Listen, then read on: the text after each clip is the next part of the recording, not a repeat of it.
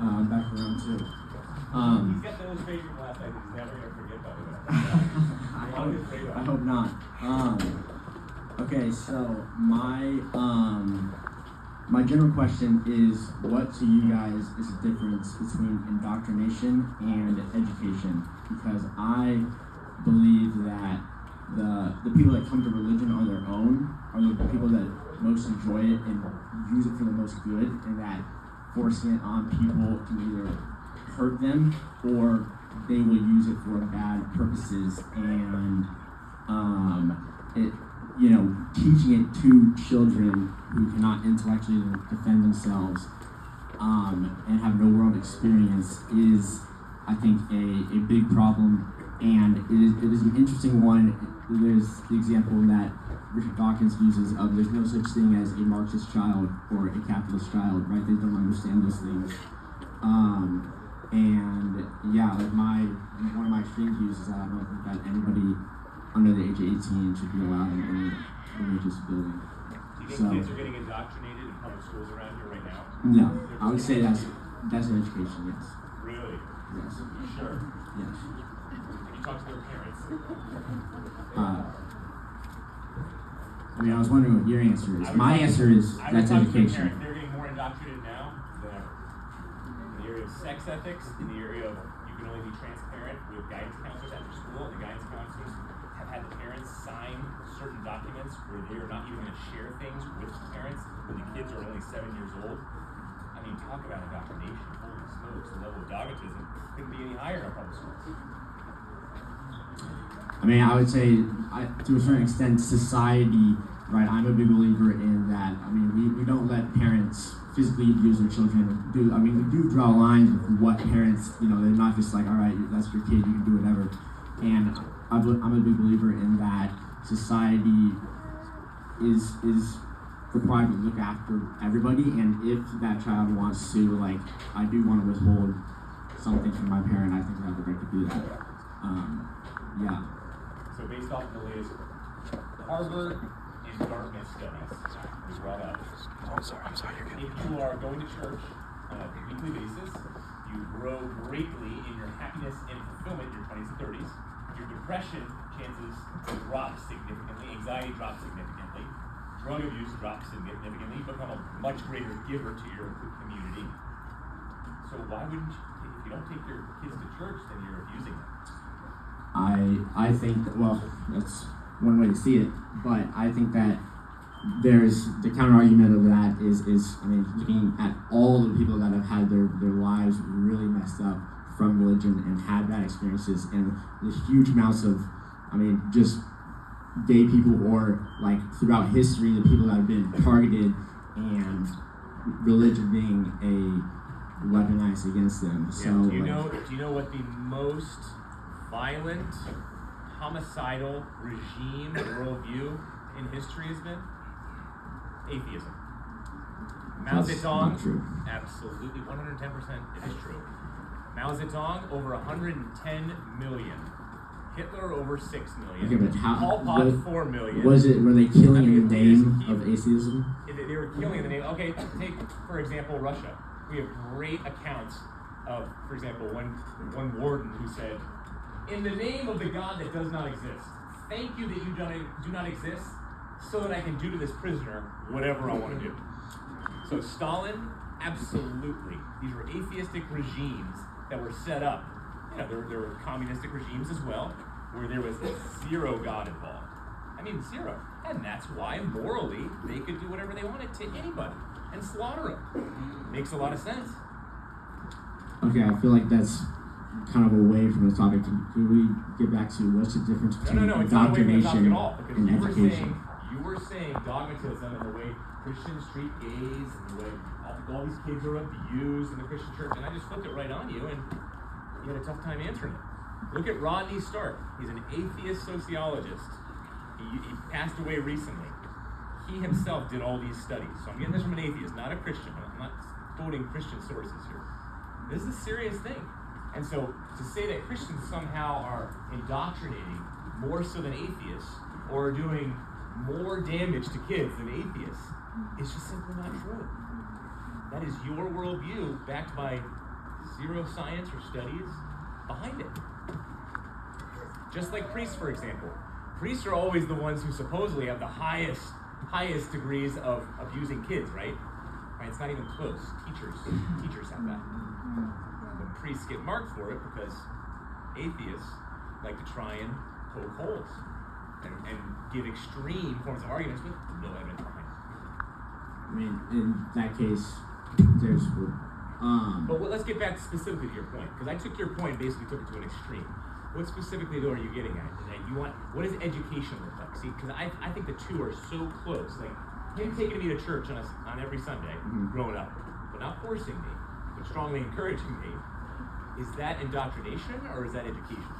I believe that is indoctrination of ideas that you, and for me, the difference between indoctrination is something that is forceful and has punishments attached to it, and is a biased form of education where you are. I mean, he wasn't taking you one day to a church and then to a mosque and then to a synagogue, right? It is presenting one side of the story and presenting it as this is the only truth, and if you don't follow it, there's punishments, right? That does not go on in public schools.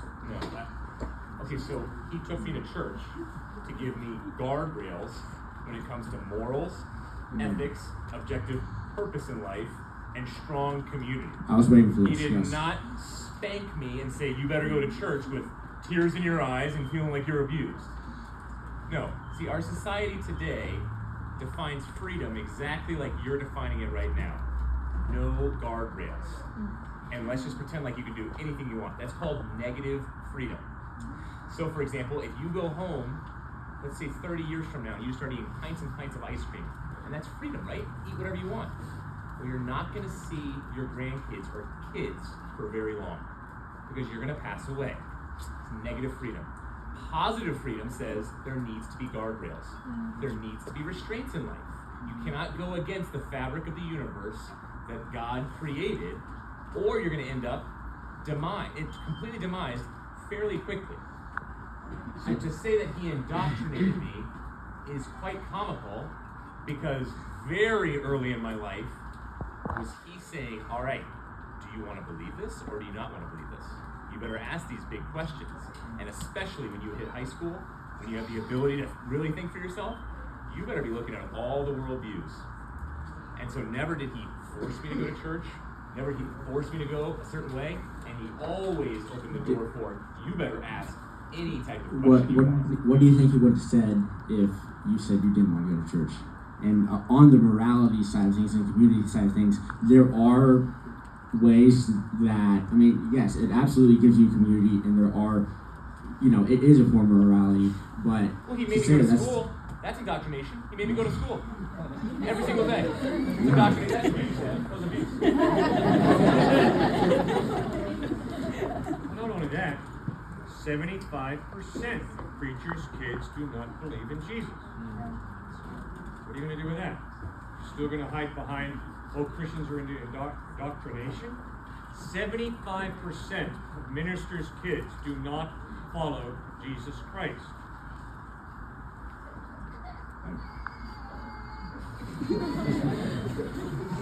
Obviously, it knocks your whole theory right into the garbage can.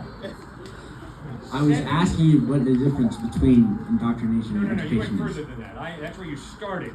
But then you went further and said, and Christians indoctrinate people and they preach hatred to gays and all that kind of stuff.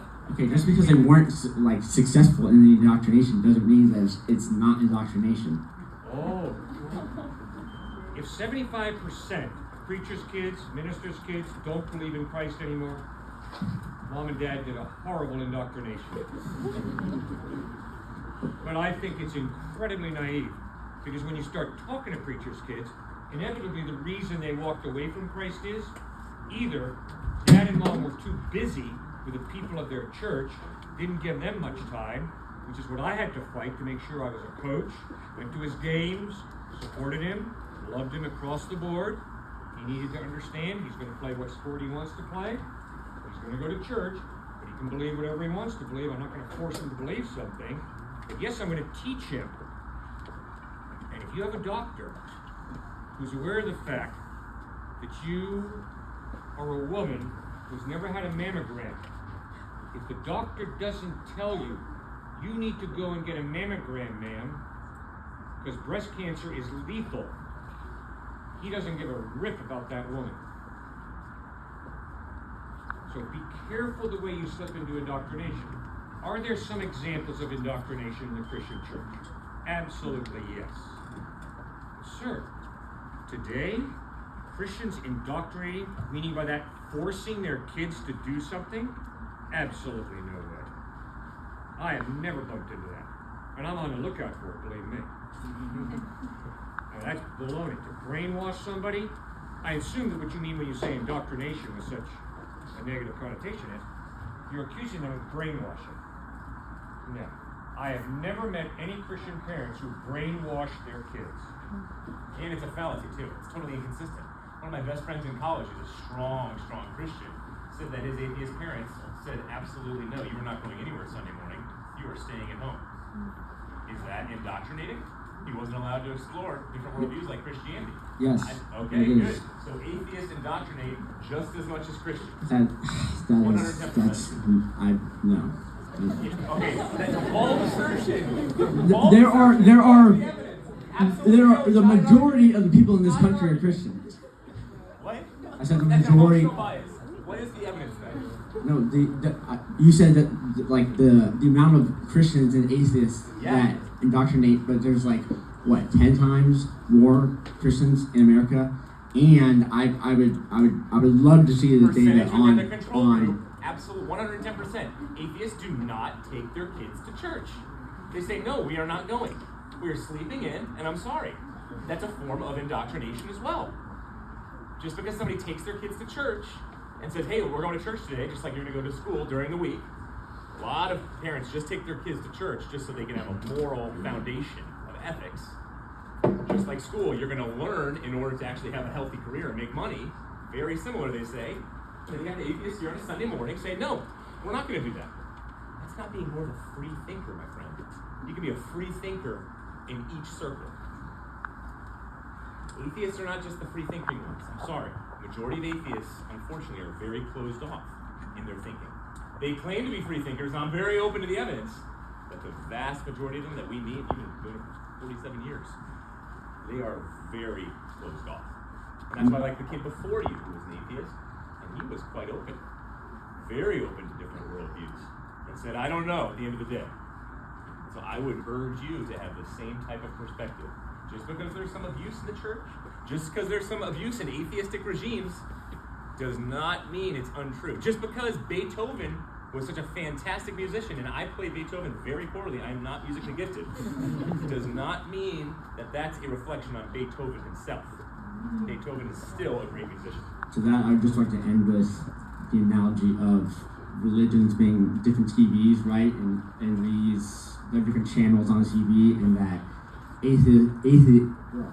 atheism, which you were claiming it's also like restricting somebody and putting them down a tunnel, is the equivalent of turning that TV off and letting them, explore to go to one of those things, or to fill that zone with other types of philosophy or ways of thinking, and appreciating their world and understanding their world. But there is an unfortunate historical fact. Jesus lived a sinless life, died on a cross for forgiving his enemies, and rose from the dead. And Jesus Christ has led the charge for respecting women, respecting people of all races, because we're all created in the image of God. He has led that charge. There's nobody who's impacted this world when it comes to racial equality, gender equality, more than Jesus Christ. But let's talk about an historical fact. You put Mao Zedong, Joseph Stalin, and Adolf Hitler together, and their worldview, their philosophy of life, was perfectly justified in what they did, slaughtering millions of people. When Christians murder people, that is hypocrisy. That is wrong. It's a violation of what Jesus taught. When an atheist slaughters people, That is not a violation of their moral relativism. That is not a violation of their nihilism. And don't take it from me, read Friedrich Nietzsche, Albert Camus, Jean-Paul Sartre. It's real clear. Intellectually consistent. No God, morality is relative. You can love people, you can murder them. It's all relative. You follow Jesus Christ, and you're a hypocrite, you murder, you hate people, you're racist, you're a flaming phony. Flat out. That's all I'm saying. No, I would agree with that. I am somebody that believes that morality is not objective. Right. So if morality is not objective, but it you have can wiped be out the basis of critiquing Stalin, Hitler, Mao Zedong, because it's all relative. So you take your little cultural prejudices and get out. Mao Zedong was Chinese. Different culture. You have no business telling him from your culture, Mao Zedong, that was wrong what you did. You're a different culture from Adolf Hitler. You have no basis for telling a Nazi German slaughtering Jews in Dachau and Auschwitz is wrong. I do think that morality is not objective, but it can be reasoned and logically came to through like philosophy, like John Rawls' theory of justice. And there are people that, yes, I can critique those people. The only problem is Mao Zedong had his reasons, Stalin had his reasons, Hitler had his reasons. And I'm an arrogant twit if I say my reasoning is right and your reasoning is wrong. That's called like debate and engaging in reasoning. What that's called is, what you have is, you hold on to truth. And you say, with my mind, I'm getting in touch with truth, Hitler. I'm getting in touch with truth, Mao Zedong. No, you're not. If you're a consistent atheist, you know truth does not exist. Truth is just something you perceive with your own bias, with your own cultural prejudice. Come on, man, what's ethnocentrism? Certainly you guys are being taught about the evils of ethnocentrism here at the University of Oregon. It's thinking that your culture is right and other cultures are wrong. Where on earth do you get off critiquing other cultures? It's all relative, man. And if one culture wants to say slaughtering Jews is good, that's their culture. And if Mao Zedong, with his culture, wants to say slaughtering people is good, for him it's good. But if I'm a follower of Christ and I say slaughtering Jews is good, I'm a hypocrite because I'm contradicting Jesus Christ. I'm contradicting the good character of God. And that's why I respect Nietzsche, Camus, and Sartre, because they had the honesty to take their atheism seriously, and they said, it's all a cosmic crapshoot. You define it your way, I define it my way. I'm not right, you're not wrong. You're not right, I'm not wrong. It's all relative, man. You can't live that out, and I'm glad you don't, sir. You know very well that you as an atheist have a conscience that tells you, no. Although I might say with the top of my head, morality is relative, don't you go around slaughtering Jews, Hitler, because that's really objectively wrong. But you're an intellectual hypocrite. Because you're saying, this is true, it's all relative, but then you're living your life as if, oh no baby, you gas Jews, that ain't relatively wrong, that is absolutely wrong. Objectively in different ways. Do I think there's a supernatural being that wrote the rules? Are there rules to objective rules created by somebody else? No, but humans, it is objectively wrong if I want people to not kill me to go kill people, right? That's the golden rule. The golden rule is a great example of logic being able to work its way and for something to be objective, right? Oh, if I just disagree go totally. off. Totally. You scratch my back, I'll scratch your back. Makes some sense. You stick the knife in my back, I scratch your back and help you? That's stupid. That's what Jesus taught. Jesus taught not just you scratch my back and then baby, tit for tat, I'll scratch your back. You help me and then I got a reason to help you. Jesus said, the guy who sticks the knife in your back, you go out and help him. You love your enemy. That, sir, is stupid. It is illogical if we live in a dog-eat-dog world. But if there is a God who is love at the center of the cosmos, then it's stupid not to love your enemy.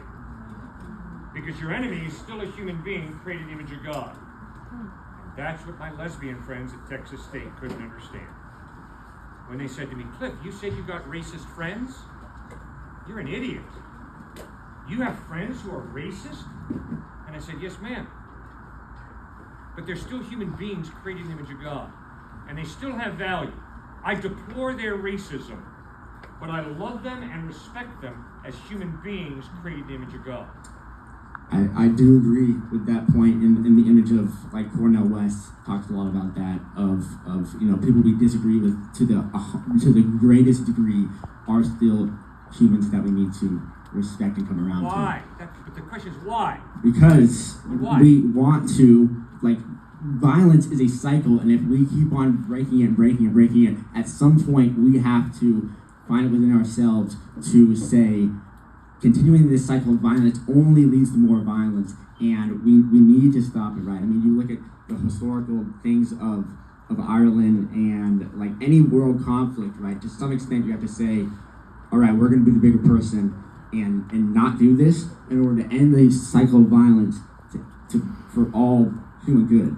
Buddy, For I us. appreciate your altruism. Right, and if somebody stabs me and I stab him back, then I get stabbed back again, right? Like, that's how the cycle works. So what?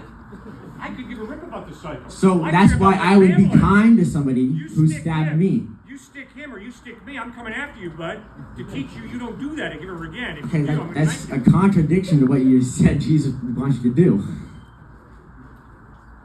Thank you. I'm jumping into your worldview. And if your worldview is morality is relative, I am not going to love my enemy. I'm not going to love the guy who sticks him with a knife.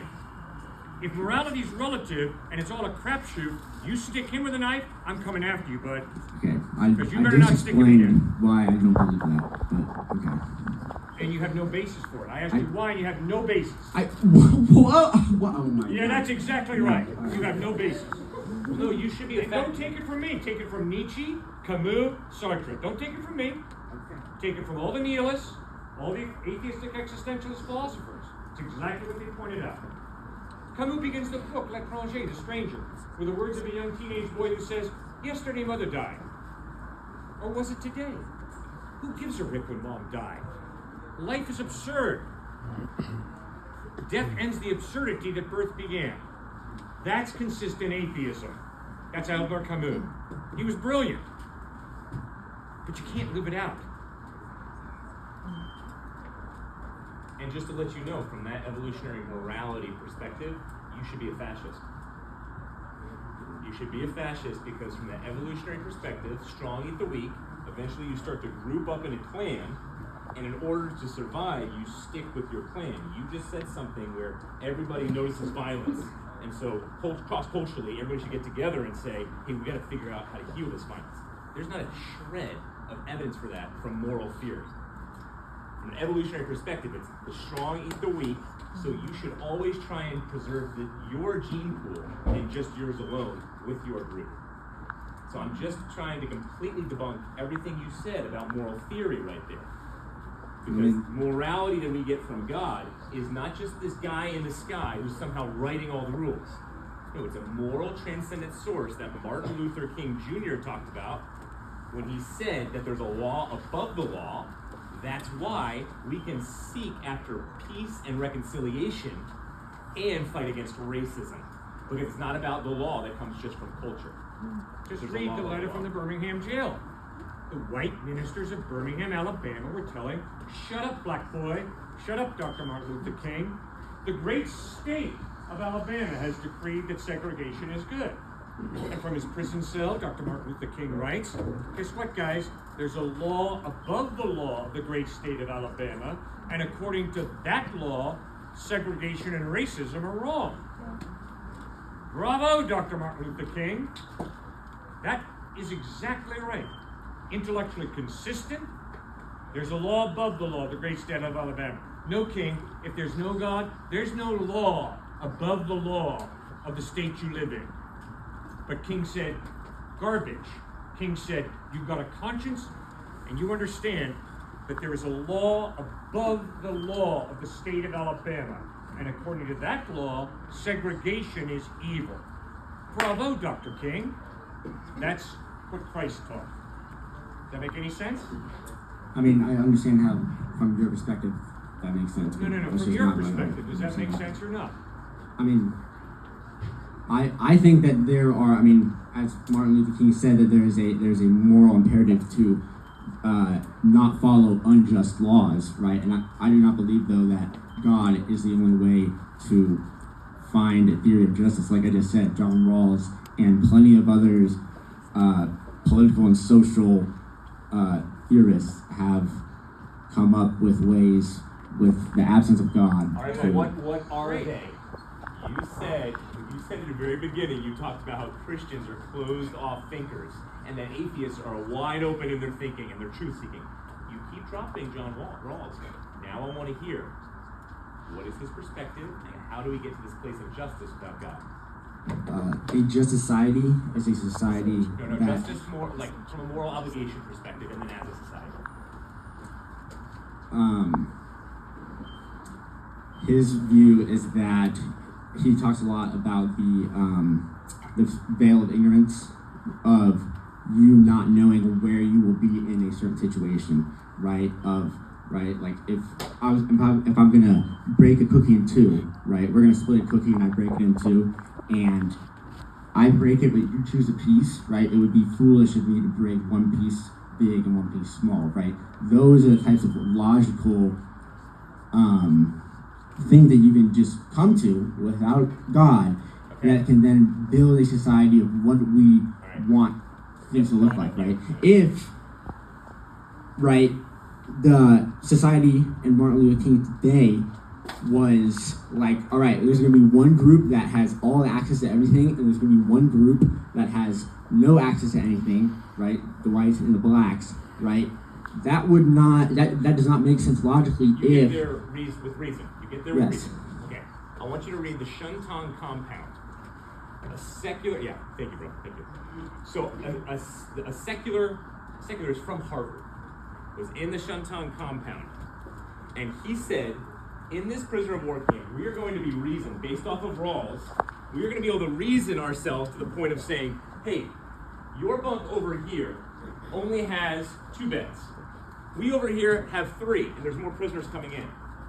So why don't we share our portions, our rations with you, maybe even give you a bed, because we're rational human beings, where we're just going to say morally and ethically, we should be equal. Okay, this Harvard atheist, I love that he writes, another book would be Tim Keller's Making Sense of God. He writes in there, and he talks about how I thought by Rawls' perspective, we could be reasonable human beings and say, hey, break off half that cookie for you, and I'll keep half. Doesn't that make sense? But he says as soon as the pressure picks up, it's impossible to live out that moral theory. Impossible. But Jesus Christ steps in, and he says, no, morally, we are all created in God's image. We are all equal. Jesus Christ says, stick your neck out on the line for the other. Don't save your own skin. Love the other. That's why there was a man in that camp named Eric Liddell, who was an Olympian, who lived out the Christian moral ethic because he was devoted to Christ. And he was the only one in that camp, the secularist talks about, who has joy, happiness, and peace. And he was the only one sacrificing for others, not because of reason, sharing half a cookie with another half a cookie.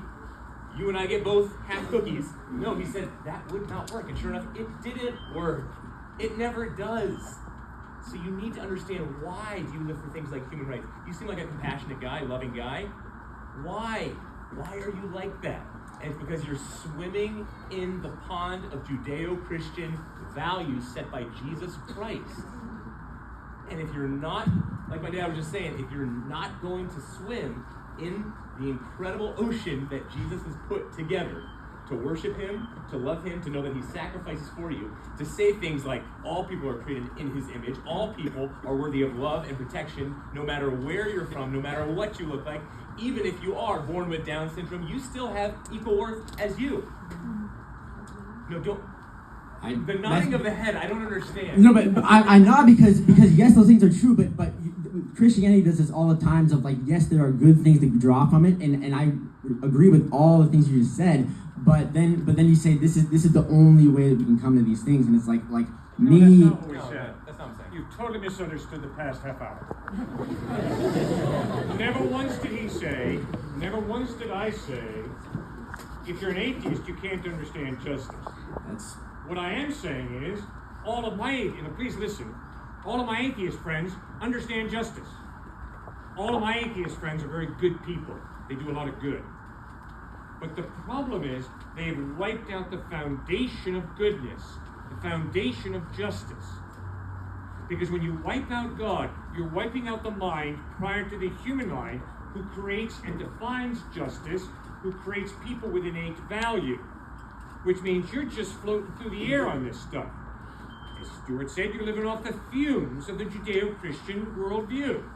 Because your worldview says there is no God. Now, if there is no God, why is justice not a real value? Because this thing and that column have no understanding of justice, right and wrong. It takes a mind, a thinking mind, to understand justice, love, forgiveness. If there is no God, there is no mind prior to the human mind, which means it's obviously the human mind that creates justice, love, whatever. But if you're going to be consistent and there is no God, you're going to have to say, so good and evil and injustice are just the creation of the human mind. So that mind has one definition, that one mind has another definition, that mind has another definition. This guy says, I'm more rational than you are, so my definition is correct. You say, I'm a more heartfelt, loving guy, so my definition is correct. And he says, I'm more into punish the wicked, and my definition is correct. Nobody's right, nobody's wrong, because it's just the creation of the human mind. So if he's got his definition, who am I to tell him he's wrong? I'm just another human being. And what's really sick is if I say, oh no, my culture's right and your culture's wrong. Baloney. That's arrogance. So you see why Jesus Christ makes so much sense, because he is the foundation, God is the foundation of justice, goodness, love, compassion. These are real values. They're not made up by the Republicans. They're not made up by the Democrats. They're not made up by the Americans. They're not made up by the Nazis. They're made up by God, and he's given us consciences and rational minds that we can understand. And every one of my atheist friends, say, so you don't misquote me, please, every one of my atheist friends does a lot of good. Every one of my atheist friends is very loving.